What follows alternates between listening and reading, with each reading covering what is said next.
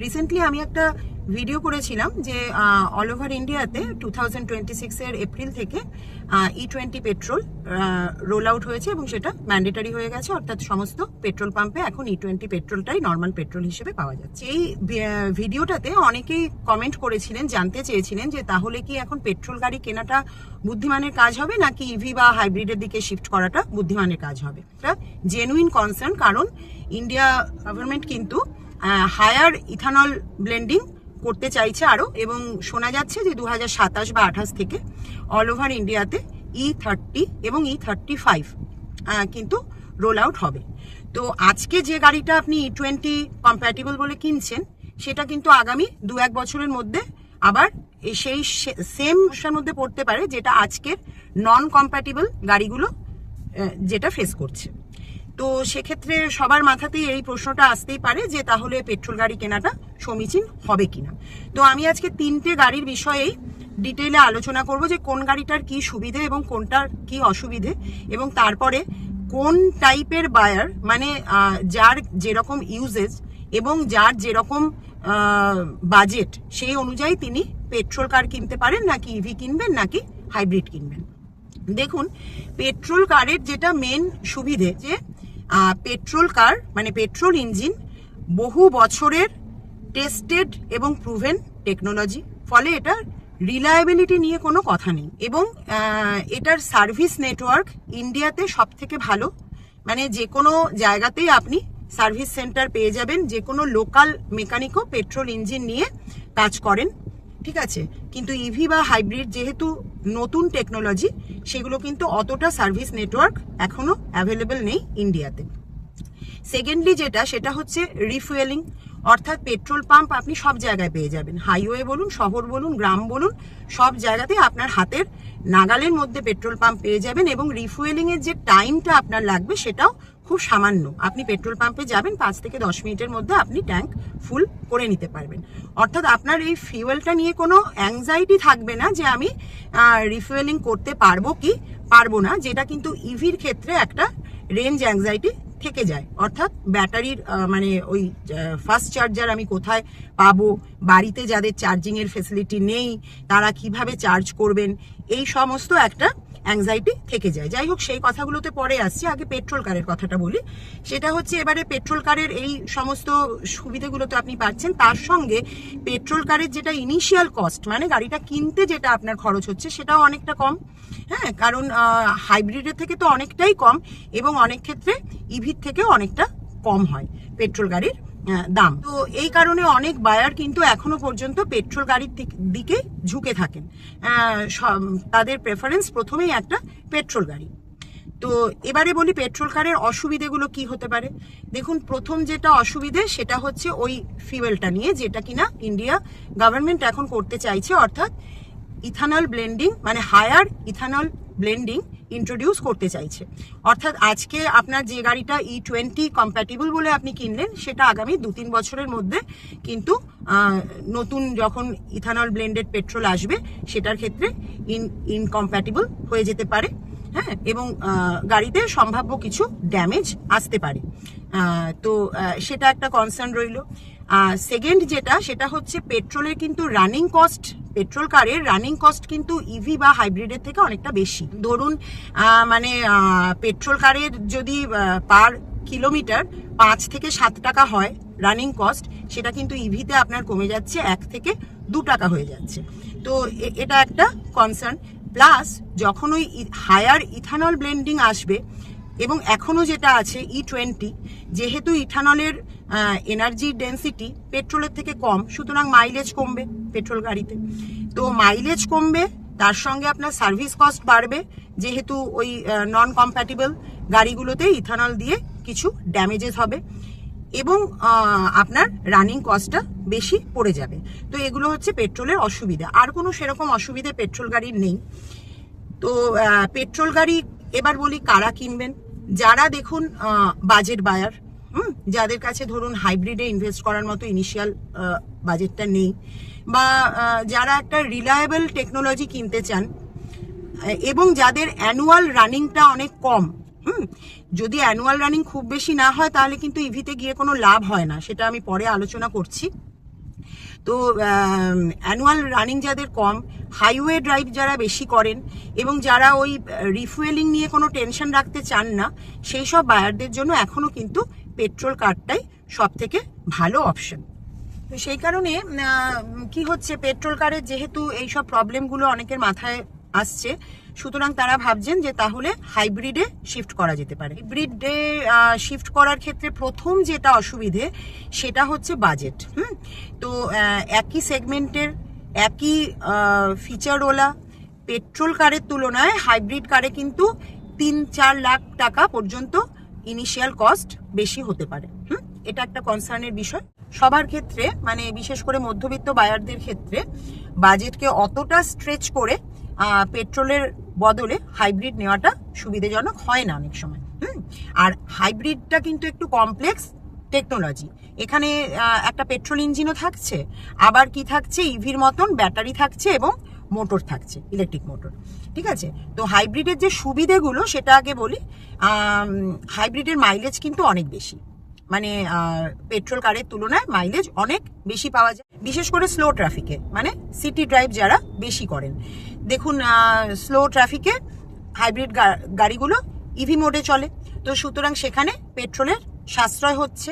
হ্যাঁ, রানিং কস্টটা অনেকটা কম হচ্ছে, খুব স্মুথ ড্রাইভিং এক্সপিরিয়েন্স পাওয়া যায়, ইলেকট্রিক মোটরের জন্য ইনস্ট্যান্ট পাওয়া যায়। তো এইগুলো হচ্ছে হাইব্রিড কারের বিশেষ সুবিধে। কিন্তু অসুবিধের পাল্লাটাও কিন্তু কম ভারী নয়। অসুবিধেগুলো কি কি, সেটা হচ্ছে 1 নম্বর তো সার্ভিস নেটওয়ার্ক।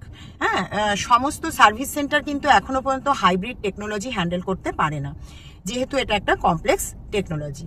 লোকাল মেকানিকের কাছে কিন্তু আপনি কোনো সাপোর্ট সেরকম ভাবে পাবেন না হাইব্রিড গাড়ি নিয়ে।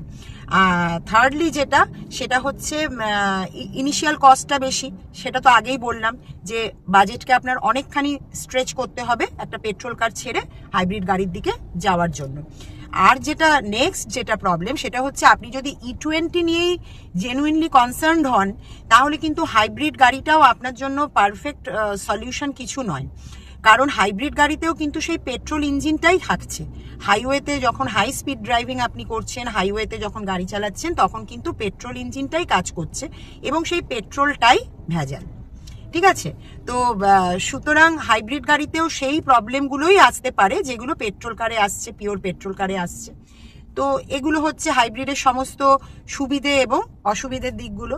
তো হাইব্রিড গাড়িটা কারা কিনতে পারেন, যাদের দেখুন বাজেট নিয়ে অতটা টেনশন নেই, বাজেট যারা স্ট্রেচ করতে পারবেন, যারা অত মানে ইভির যে রিচার্জ করার যে একটা টেনশন সেটা যারা রাখতে চান না মাথায়, তাদের জন্য, যাদের সিটি ড্রাইভিং অনেক বেশি তাদের জন্য, এবং যাদের কাছাকাছি সার্ভিস নেটওয়ার্ক মোটামুটি আছে, আগে থেকে একটু দেখে নিতে হবে যে বাড়ির কাছাকাছি বা সুবিধাজনক জায়গায় সার্ভিস সেন্টার রয়েছে কিনা, তাহলে হাইব্রিড গাড়ি কেনা যেতে পারে, কোনো অসুবিধা নেই। তো তাহলে দেখা গেল যে হাইব্রিড গাড়িও পুরোপুরি কিন্তু E20-র থেকে সেফ নয়, মানে ইথানল ব্লেন্ডেড পেট্রোল থেকে সেফ নয়। তো এবারে থার্ড অপশন যেটা, সেটা হচ্ছে ইভি। তো ইভিতে কিন্তু কোনো ইন্টারনাল কম্বাসন ইঞ্জিন থাকেই না, এটা চলে হচ্ছে মূলত একটা ইলেকট্রিক মোটর আর ব্যাটারির সাহায্যে। ঠিক আছে, তো ইভির সুবিধেগুলো ফার্স্টে বলি। ইভিতে দেখুন, ইনিশিয়াল কস্ট যদিও একটু বেশি হতে পারে পেট্রোল গাড়ির তুলনায়, কিন্তু রানিং কস্ট কিন্তু অনেকটাই কম। একটা পেট্রোল গাড়িতে যদি রানিং কস্ট মোটামুটি 5 থেকে 7 টাকা মতন হয় পার কিলোমিটার, তাহলে ইভিতে কিন্তু সেটা কমে গিয়ে 1 থেকে 2 টাকা পর্যন্ত হতে পারে, যদি হোম চার্জারের ব্যবস্থা থাকে। আচ্ছা, তারপরে যেটা, সেটা হচ্ছে ইভিতে যেটা, সেটা হচ্ছে ইনস্ট্যান্ট টর্ক পাওয়া যায়। ইলেকট্রিক মোটরের জন্য ইনস্ট্যান্ট টর্ক পাওয়া যায়, অর্থাৎ স্টপ অ্যান্ড গো ট্রাফিকে, সিটি ট্রাফিকে যাদের ডেইলি অফিস যাওয়া আসা এবং বেশিরভাগই ভিড়ভাড় রাস্তায় গাড়ি চালানো, তাদের কাছে কিন্তু ইভি ড্রাইভিং একটা ভীষণ এফোর্টলেস ফিল দিতে পারে। কোনো নয়েজ থাকবে না, গিয়ার চেঞ্জের কোনো সমস্যা থাকবে না, কিছুই নেই, একদম মানে স্মুথলি তারা গাড়ি চালাতে পারবেন। এটা একটা। আর থার্ডলি হচ্ছে ইভিতে পলিউশন কমে যাচ্ছে। অবশ্য সেটা অনেকটা কন্ট্রাডিক্টরি একটা ব্যাপার, কারণ যেটা ব্যাটারিটাকে চার্জ দেওয়ার জন্য যে ইলেকট্রিসিটিটা ইউজ করা হচ্ছে সেটা কিন্তু সেই ফসিল ফিউয়েল থেকেই আসছে বেশিরভাগটা, সেটা অন্য টপিক। যাই হোক, মোটামুটি একটা এমিশনটা নেই কোনো, তো সুতরাং এটা আমাদের এয়ার পলিউশনকেও কমাতে সাহায্য করছে। ইভির আরো যেগুলো সুবিধা আছে সেগুলো হচ্ছে মেনটেনেন্স খুব কম, যেহেতু এতে ইঞ্জিনই নেই এবং ফলে ইঞ্জিন অয়েল চেঞ্জ করার কোনো সমস্যা নেই, সিম্পল একটা গিয়ার বক্স থাকে, ব্যাস। তো মেনটেনেন্স কস্ট কিন্তু কম, এটা একটা গেল। আচ্ছা, নেক্সট যেটা একটা সুবিধে পাওয়া যায় ইভিতে সেটা হচ্ছে রিজেনারেটিভ ব্রেকিং। অর্থাৎ যখন আপনি পেট্রোল কারে আপনি যখন ব্রেক করছেন তখন কিন্তু সেই মানে আপনার যে ইঞ্জিন যে পাওয়ারটা তৈরি করেছিল সেই এনার্জিটা কিন্তু পুরোপুরি নষ্ট হয়ে যাচ্ছে হিট এনার্জিতে কনভার্ট হয়ে, কিন্তু ইভিতে কিন্তু সেটা হচ্ছে না, বরঞ্চ সেই ব্রেকিং এর এনার্জিটাকে ইউজ করে ব্যাটারিটা খানিকটা রিচার্জ হয়ে যাচ্ছে, এটাকে রিজেনারেটিভ ব্রেকিং বলে। আচ্ছা, আরেকটা হচ্ছে কোনো আইডেল লস নেই, মানে পেট্রোল কার নিয়ে আপনি যখন আইডেল অবস্থায় দাঁড়িয়ে রয়েছেন কোনো ট্রাফিক সিগন্যালে বা ট্রাফিক জ্যামে, তখন কিন্তু আপনার পেট্রোল পুড়ছে, কিন্তু ইভিতে সেটা হচ্ছে না। তো এগুলো হচ্ছে গেল ইভির সুবিধেগুলো। এবারে আসছে অসুবিধের কথায়। অসুবিধের পাল্লাটাও খুব একটা কম ভারী নয়। ইভির যেটা প্রথম এবং প্রধান অসুবিধে ইন্ডিয়াতে সেটা হচ্ছে চার্জিং ইনফ্রাস্ট্রাকচার। ইন্ডিয়াতে কিন্তু এখনো পর্যন্ত মানে সমস্ত জায়গায় ফাস্ট চার্জার নেই ইভির জন্য। হ্যাঁ, বিশেষ করে আপনি যখন হাইওয়ে দিয়ে যাচ্ছেন, কোনো লং ট্রিপে যাচ্ছেন, রুরাল এরিয়াতে কিংবা একটু রিমোট জায়গায় কিংবা একটু 2 টিয়ার 3 টিয়ার সিটির মধ্যে আপনি কিন্তু ফাস্ট চার্জার পাচ্ছেন না।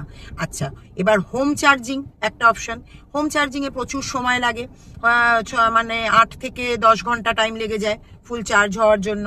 তো সেটা অনেকে কি করেন যে রাত্রিবেলা চার্জে দিয়ে রাখলেন, সকালবেলা উঠে ফুল চার্জ পেলেন, সেটা নয় কোনোভাবে ম্যানেজ করা গেল, যাদের ক্ষেত্রে ডেলি ইউজ হয় আর কি।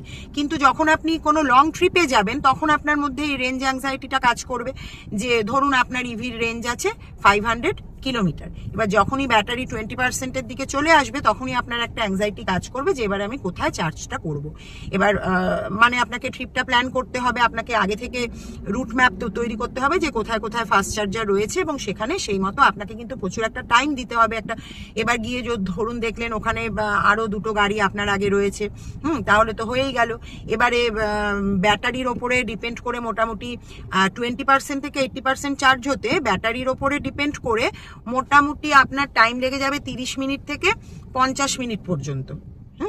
এবার আপনার আগে ধরুন আরো গাড়ি রয়েছে, সেক্ষেত্রে তাহলে টাইমটাকে মাল্টিপ্লাই করুন। সুতরাং এটা একটা কিন্তু বিগেস্ট ইস্যু, মানে ইভি নেওয়ার ক্ষেত্রেও অনেক চিন্তা ভাবনা করেও অনেকে পিছিয়ে আসেন শুধু এই কারণটায়। আবার অনেক সময় অনেক ফ্ল্যাট ওনার কিন্তু ডেডিকেটেড মানে চার্জার পান না, হোম চার্জারও তারা পান না, ফলে তাদের ডেলি কিভাবে গাড়িটাকে চার্জ করবেন এটা একটা সমস্যা হয়ে দাঁড়ায়। সেকেন্ড যেটা ইভির মেন সমস্যা সেটা হচ্ছে ব্যাটারি রিপ্লেসমেন্টের কস্ট। দেখুন কোনো কোনো ব্যাটারি 5 বছরের ওয়ারেন্টি দেওয়া হয়, কোনো কোনো ব্যাটারিতে 8 বছরের পর্যন্ত ওয়ারেন্টি দেওয়া হয়, কিন্তু রিপ্লেসমেন্ট কস্ট যেটা আছে সেটা কিন্তু হিউজ। তো এটার কথা ভেবেও কিন্তু অনেক বায়ার ইভি কেনা থেকে পিছিয়ে আসেন। তারপরে ইন্ডিয়ার যে ক্লাইমেট, বিশেষ করে এরকম গরমকালে ইভির ব্যাটারির কিন্তু ডিজেনারেশন খুব তাড়াতাড়ি হয়, আর আপনি যদি মানে খুব ফ্রিকোয়েন্টলি ফাস্ট চার্জিং করেন তাহলে কিন্তু এই গরমে বিশেষ করে আপনার গাড়ির ব্যাটারিটা আরো তাড়াতাড়ি ডিজেনারেট করবে।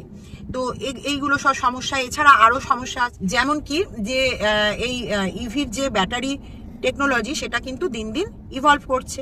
তো সুতরাং আজকে যে ইভিটা আপনি কিনলেন সেটার কিন্তু ধরুন আগামী 3-4 বছরে তার রিসেল ভ্যালু কিন্তু অনেকটা কমে যেতে পারে। তো এটা একটা জেনুইন কনসার্ন অনেকের ক্ষেত্রে হয়ে দাঁড়ায়। আর যদি আপনি লং টার্মে গাড়ি রাখতে চান সেক্ষেত্রে ব্যাটারি রিপ্লেসমেন্টের একটা ফিয়ার থাকে। তো এগুলো হচ্ছে ইভির ডাউন সাইড। তো এবার ইভি কারা নিতে পারেন? দেখুন, যাদের হোম চার্জার যারা অ্যারেঞ্জ করতে পারবেন, যাদের মোটামুটি খুব একটা লং ট্রিপে যাওয়ার থাকে না, একটা ডেলি রুটে যারা যাতায়াত করেন, এবং অ্যানুয়াল রানিং যাদের অনেক বেশি হয়। দেখুন, অ্যানুয়াল রানিং কম হলে ব্যাটারিকে বসিয়ে রেখে কিন্তু মানে ইভি নিয়ে কোনো লাভ নেই। হ্যাঁ, অ্যানুয়াল রানিং যাদের অনেকটা বেশি এবং ডেলি ওই একই পাথে তারা যাতায়াত করেন রেঞ্জের মধ্যে, ধরুন 500 কিলোমিটার রেঞ্জ আছে আমার যাতায়াত তার মধ্যেই হয়ে যাচ্ছে ডেলি, তো সেক্ষেত্রে আমি ইভিটা নিতেই পারি। যারা ধরুন প্রায় মানে লং ট্রিপ করেন, যাদের অ্যানুয়াল রানিং খুব একটা বেশি নয়, তো এবং যারা একটু রুরাল এরিয়ায় থাকেন যেখানে ফাস্ট চার্জার অতটা অ্যাভেলেবিলিটি নেই, এবং যারা হোম চার্জারের অ্যারেঞ্জমেন্ট করতে পারছেন না, তারা কিন্তু ইভি নেওয়ার আগে একটু চিন্তা ভাবনা করে দেখবেন। পেট্রোল গাড়ি হোক, ইভি হোক বা হাইব্রিড গাড়ি হোক, সবারই কিছু নিজস্ব সুবিধে এবং অসুবিধে আছে, কোনোটাই কিন্তু আজকের দিনে পারফেক্ট নয়। বিশেষ করে একটা দেশে, আমাদের দেশে যখন এখন এই ইথানল ব্লেন্ডিং এর এই ফেজটা চলছে, মানে এটা একটা টেকনোলজি শিফট বলতে পারেন, তো সেই ফেজে এসে কিন্তু কোনো চয়েসটাই পারফেক্ট নয়। অর্থাৎ এই ডিসিশনটা নিতে হবে আপনাকেই, গাড়িটাকে কিভাবে ইউজ করবেন, আপনার বাজেট কতটা, এবং আপনি মানে যে গাড়িটার যে চ্যালেঞ্জগুলো আছে সেই চ্যালেঞ্জগুলো আপনি হ্যান্ডেল করতে পারবেন কিনা প্রপারলি, তবেই সেই গাড়িটা কিনবেন। পেট্রোল গাড়ি আপনি কিনতে পারেন, আপনার অ্যানুয়াল রানিং কম হয় এবং আপনি লং ট্রিপ করেন এবং কোনো অ্যাংজাইটি রাখতে চান না যে ওই কোথায় সার্ভিস সেন্টার পাবো, কোথায় ফাস্ট চার্জার পাবো, এগুলো নিয়ে কোনো অ্যাংজাইটি রাখতে চান না, তাহলে পেট্রোল গাড়ি এখনো পর্যন্ত কিন্তু আপনার কাছে বেস্ট অপশন, এবং আপনার ইনিশিয়াল বাজেট যদি কম হয়। তো আর হাইব্রিড গাড়ি যদি আপনি বেটার মাইলেজ চান, যদি আপনার সিটি ড্রাইভিং বেশি হয়, হ্যাঁ, এবং যদি আপনি আপনার বাজেটটাকে বেশ খানিকটা স্ট্রেচ করতে পারেন, তাহলে হাইব্রিড গাড়ি আপনি কিনতে পারেন। আর ইভি গাড়ি তখনই কিনবেন যদি আপনি শহরের মধ্যে থাকেন, আপনার কাছে হোম চার্জারের সুবিধে আপনি করতে পারবেন, এবং আপনার ডেলি রুটটা একটা বাধা ধরা রুটের মধ্যে আপনি ডেলি ড্রাইভ করেন এবং আপনার অ্যানুয়াল রানিং অনেক বেশি, সেক্ষেত্রে আপনি ইভিটাকে সিলেক্ট করতে পারেন। তো অর্থাৎ ইন্টারনেট কখনোই আপনাকে কিন্তু বলে দিতে পারবে না, কোনো ভিডিওই আপনাকে বলে দিতে পারবে না যে আপনার জন্য কোন গাড়িটা সুটেবল, এটা কিন্তু আপনাকে ঠিক করতে হবে। ভিডিওটা যদি ইনফরমেটিভ লাগে, ভালো লাগে, তাহলে অবশ্যই শেয়ার করবেন, লাইক করবেন, আর চ্যানেলটাকে সাবস্ক্রাইব করবেন। আবার দেখা হবে নেক্সট ভিডিওতে। টাটা।